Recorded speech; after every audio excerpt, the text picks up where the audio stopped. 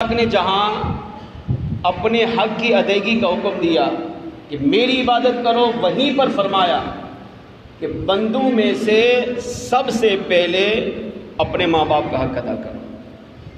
قرآن کریم پارہ 15 سورہ بنی اسرائیل تیسرے رکوع کی پہلی آیت میں ارشاد فرمایا وَقَضَىٰ رَبُّكَ أَلَّا تَعْبُدُوا إِلَّا إِيَّاهُ، اور تمہارا رب حکم دیتا ہے کہ صرف اسی کی عبادت کرو۔ اللہ پر ایمان لے آئے، اللہ کو مانا، اللہ سے محبت کی، اللہ سے پیار کیا، اور اللہ سے سچی محبت کا جب دعویٰ کر لیا تو اللہ فرماتا ہے پھر میرا حکم یہ ہے کہ میرے بندے تو ساری زندگی صرف میری عبادت کر۔ وَقَضَىٰ رَبُّكَ أَلَّا تَعْبُدُوا إِلَّا إِيَّاهُ۔ اب اس آیت کے حصے میں اللہ پاک نے اپنا حق بیان کیا ہے کہ میرا حق یہ ہے کہ مجھ پر ایمان لانے کے بعد صرف ساری زندگی اگر تو عبادت کرے گا تو مجھ رب کی عبادت کر، اور میرے علاوہ کسی کو بھی شریک نہ ٹھہرا۔ اب اس جملے کے اندر مفسرین کہتے ہیں اللہ نے اپنے سارے حقوق بیان کر دیے کہ اللہ نے ایسا لفظ بیان کیا کہ میری عبادت کرو۔ اب عبادت میں نماز بھی آ گئی، عبادت میں روزہ بھی آ گیا، عبادت میں حج زکوٰۃ بھی آ گئے، عبادت میں نیک اعمال صدقہ خیرات، انسان جو بھی دنیا میں اللہ کے لیے عمل کرتا ہے وہ سارے آ گئے، اور اسی کے ساتھ فرمایا وَبِالْوَالِدَيْنِ إِحْسَانًا، اور والدین کے ساتھ احسان کرو، والدین کے ساتھ بھلائی کرو، والدین کے ساتھ حسن سلوک سے پیش آؤ۔ اس جملے میں علماء کہتے ہیں کہ اللہ نے حقوق العباد میں سے سب سے پہلے بندے پر جو حق لازم کیا ہے فرمایا وہ اولاد پر اس کے ماں باپ کا حق ہے، اور ماں باپ کا پہلا حق اللہ نے خود اس آیت میں بیان کیا وَبِالْوَالِدَيْنِ إِحْسَانًا، اور ماں باپ کے ساتھ بھلائی کرو۔ بھلائی کسے کہتے ہیں؟ ہر وہ عمل کرو جو تمہارے ماں باپ کو خوش کر دے، اور اپنے آپ کو ہر اس عمل سے بچاؤ جو تمہارے ماں باپ کو ناراض کر دے۔ آگے فرمایا پہلا حق کیا؟ بھلائی کرنا۔ اما یبلغن عندک الکبر احدہما او کلاہما، فرمایا تمہارے پاس جب تمہارے ماں باپ دونوں یا ایک بڑھاپے کو پہنچ جائے، باپ کا انتقال ہو جائے، ماں زندہ بڑھاپے کو آ گئی، ماں کا انتقال ہو گیا باپ زندہ بڑھاپے کو پہنچ گیا، اللہ فرماتے ہیں دونوں بڑھاپے کو پہنچ جائیں یا ایک پہنچ جائے تو اب کیا کرو؟ فلا تقل لہما اف، ماں باپ کا دوسرا حق یہ اللہ فرماتا ہے اسے اف بھی نہ کہو۔ اف کا مطلب کیا ہے؟ آج کل زیادہ پڑھے لکھے لوگ، نادان اولاد، بے وقوف اولاد کیا کہتی ہے؟ قرآن نے کہا ماں باپ کو اف نہ کہو، ہم نے تو کبھی ماں باپ کو اف کہا ہی نہیں ہے۔ اف کسے کہتے ہیں؟ گالی دے دی ماں باپ کو، ماں باپ کو مارا بھی، چھاڑا بھی، گھر سے بھی نکال دیا، ماں کو بالوں سے پکڑ کر گھسیٹا بھی، باپ کو ذلیل و رسوا بھی کیا، لیکن اولاد کہتی ہے ہم نے تو ماں باپ کو کبھی اف ہی نہیں کہا۔ قرآن نے کہا وَلَا تَقُل لَهُمَا اف، ماں باپ کو کبھی اف بھی نہ کہو۔ اب یہ سارے کام کر لیے، کہتے ہم نے اف ہی نہیں کیا ماں باپ کو، تو ہم تو قرآن کی آیت پر عمل کرتے ہیں، آیت پر عمل نہیں ہو رہا۔ اف کا مطلب کیا ہے؟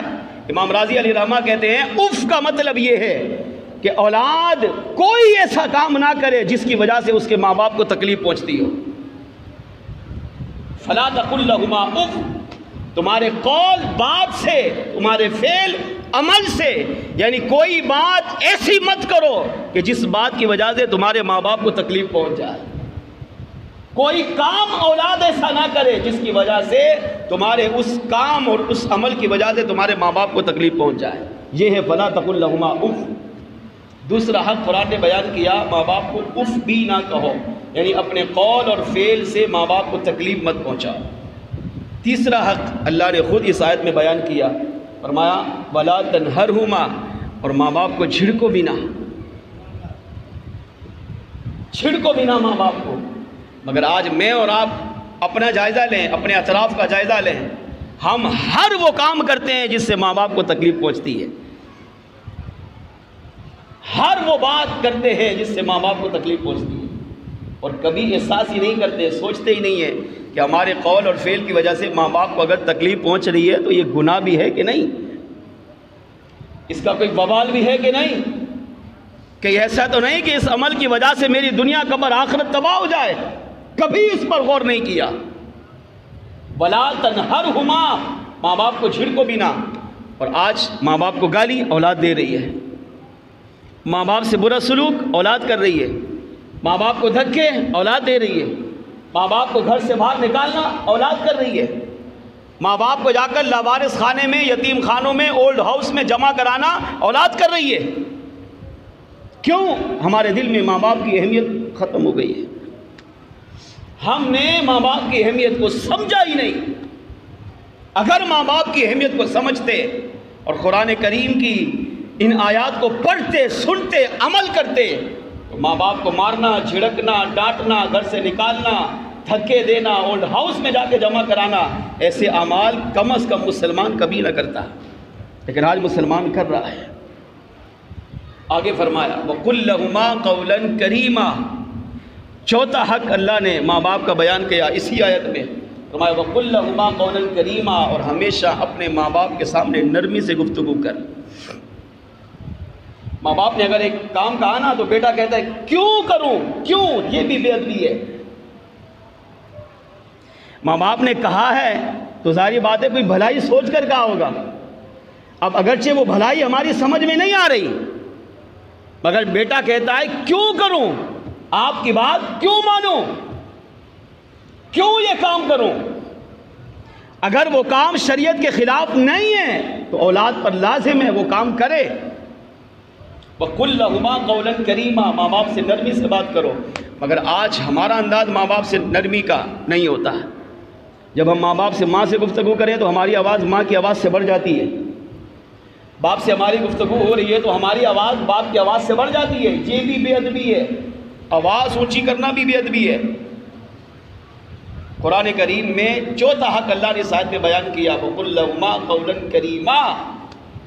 پانچواں حق وَاخْفِضْ لَهُمَا جَنَاحَ الذُّلِّ مِنَ الرَّحْمَةِ، اللہ فرماتا ہے اپنے دونوں ماں باپ کے لیے، لہما دونوں کے لیے ہمیشہ نرم محبت اور شفقت اور نرمی کے بازو پھیلا کے رکھ۔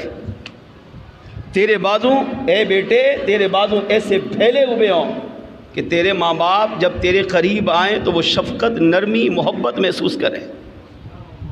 مگر آج ہمارا حال اس کے الٹ ہے۔ آج کی کیفیت کیا ہے؟ ماں باپ ڈرتے ہیں کہ میں اپنے بیٹے سے بات کروں تو کیسے کروں، ماں ڈرتی ہے کہ میں اپنی بیٹی کو اگر اس کام سے روکوں تو کیسے روکوں۔ جب تک یہ بچے چھوٹے تھے ہاں ماں باپ کے کہنے پہ چلتے تھے، چل رہے ہیں، لیکن جیسے بیٹی بڑی ہوئی، بیٹا بڑا ہو گیا، اب ماں باپ ڈر رہے ہوتے ہیں ہم ان سے بات کیسے کریں۔ علماء کہتے ہیں اس سے بڑی بدبختی اولاد کے لیے نہیں ہے کہ ماں باپ اپنی اولاد سے بات کرنے میں بھی شرم محسوس کرے، اس سے بڑی بدبختی بیٹی کے لیے نہیں ہے کہ ماں ڈرے کہ میں اس سے بات کروں کہ یہ سنا ہو کہ یہ مجھے ذلیل کر دے۔ باپ ڈرتا ہو کہ اگر میں بیٹے سے بات کروں گا تو کہیں ایسا نہ ہو کہ بیٹا مجھے ذلیل کر دے۔ اگر ماں باپ اولاد سے بات کرنے میں جھجک رہے ہیں، ڈر محسوس کر رہے ہیں، کس چیز کا؟ اپنی ذلت کا، تو اس سے بڑی بدبختی، بدنصیبی اولاد کے لیے نہیں ہے۔ تمہارے بازو وَاخْفِضْ لَهُمَا جَنَاحَ الذُّلِّ مِنَ الرَّحْمَةِ، قرآن کہتا ہے، اللہ فرماتا ہے تمہارے بازو اپنے ماں باپ کے لیے ایسے پھیلے ہوئے ہوں کہ ماں باپ کو ڈر خوف محسوس نہ ہو، بلکہ ماں باپ جب تمہارے قریب آئیں تو ان کی محبت اور بڑھ جائے، ان کی تعظیم اور بڑھ جائے، ان کا پیار اور بڑھ جائے، ان کی شفقت اور بڑھ جائے، اور ماں باپ کو ڈر محسوس نہ ہو بلکہ وہ تمہارے قریب آ کر تمہیں محبت بانٹے اور تم سے انس حاصل کرے۔ مگر آج ہمارے ماں باپ ہم سے بات کرتے ہوئے ڈر رہے ہیں، اس سے بڑا بدبخت بیٹا اور بیٹی نہیں ہو سکتے۔ چھٹا حق اللہ نے اسی آیت میں فرمایا، پھر چھٹا حق یہ ہے کہ ماں باپ کے لیے اللہ کی بارگاہ میں دعا کر۔ کیا دعا کر؟ وَقُلْ، اور تو کہ دعا مانگ،